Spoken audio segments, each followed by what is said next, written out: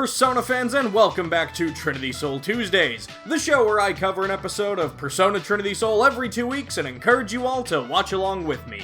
When we last left off...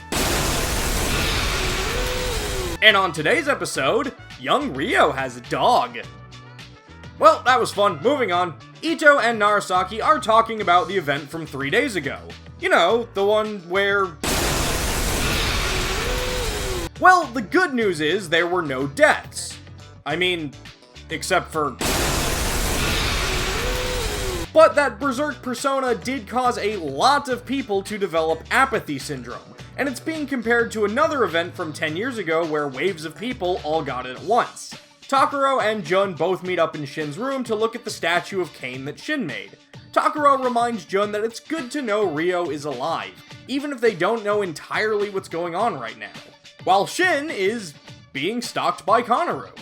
He only notices her once he gets to the park because some kid knocks her down, but the two end up on a park bench together, and Shin finds out she's been holding on to his good health talisman that he had from their ghost hunting adventure. The two end up discussing the future, with Shin complimenting her dedication to school.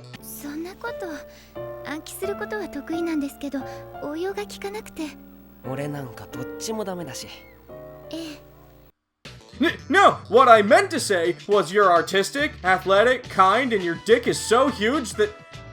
I have to go now. I ship it. At the police station, a certain beef bowl ramen delivery arrives, and Ito has a brilliant idea that he totally came up with all by himself. He'll disguise himself as the delivery guy in order to talk to the new head investigator. It's brilliant, and a totally original Ito idea. He wants to know what headquarters is covering up, and how that event 3 days ago relates to the disaster from 10 years back. The counselor confirms that yes, officially, he was sent here to cover up anything and everything even remotely connected to personas. Later that evening, Shin heads back to the house, opens the door, and finds... Oh my god, cheers. And in the kitchen he sees... that a total stranger broke in and is making fried rice. I'm sure Shin thought about calling the cops, but on the other hand, it smells really good, so let's just see where this goes. The man rummages through Shin's fridge looking for isotonic water like some kind of protein junkie, but they only have bottled water, so that'll have to do.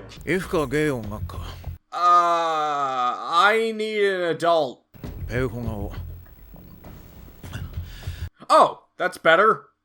I guess. Shin tries to answer, but just ends up getting scolded about the water because it's old bottled water. And look, it's kind of a weird scene, and apparently someone has been paying the water and electricity bills for the past 6 months. But how about I just get to the most important part? Yep, it's really him, the man who's been talking to Ryo on the phone this whole time and has finally made his debut in the series is none other than Akihiko Sanada, one of the main party members from Persona 3, all grown up and a high-ranking police officer. And to give credit where credit is due, I believe Trinity Soul was the origin for Akihiko's now canonical storyline of wanting to become a cop. I avoided saying it outright for this series up until now, but I know I didn't exactly keep this news a secret. That said, I am curious how many people were genuinely surprised by this reveal. For the first 13 episodes, we'd only heard him on the phone, and I doubt many Western fans were super familiar with his Japanese voice actor back in 2008. So maybe this was a cool twist for some folks. Not me though, it got spoiled for me before I even started watching. At the dorm, it's late. The lighting is romantic. Megami just got out of a hot shower, and she wants to talk to Takuro, who gets a little flustered. Nothing could ruin this steamy moment of Hey, if you two are gonna have sex, can you not do it on the table? Thanks.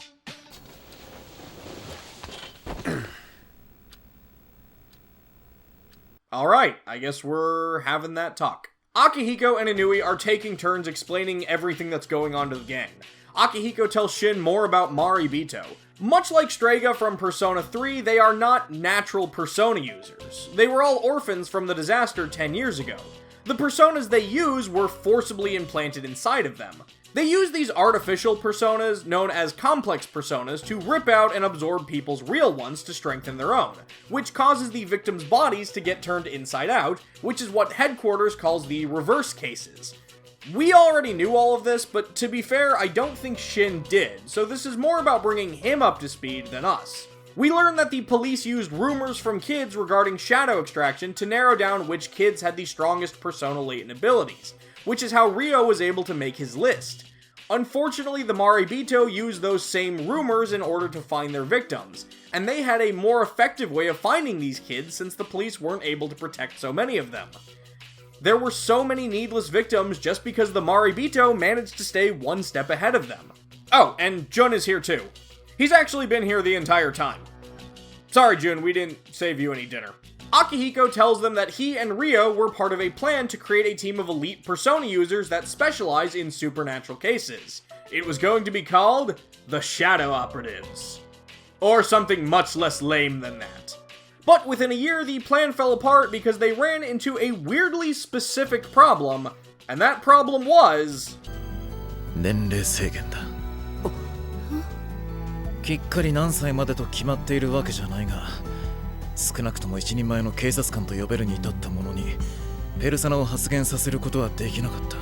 Oh good! I feel so much better knowing we'll never have to worry about any adult police officers using personas in the future. Which, as of the time of this story, would be the past. And also there already was one much further in the past. I think this one little detail is honestly a big part of why this entire series got declared non-canonical. This is also Akihiko's way of saying that even though he's here, we won't be seeing him use his persona at all.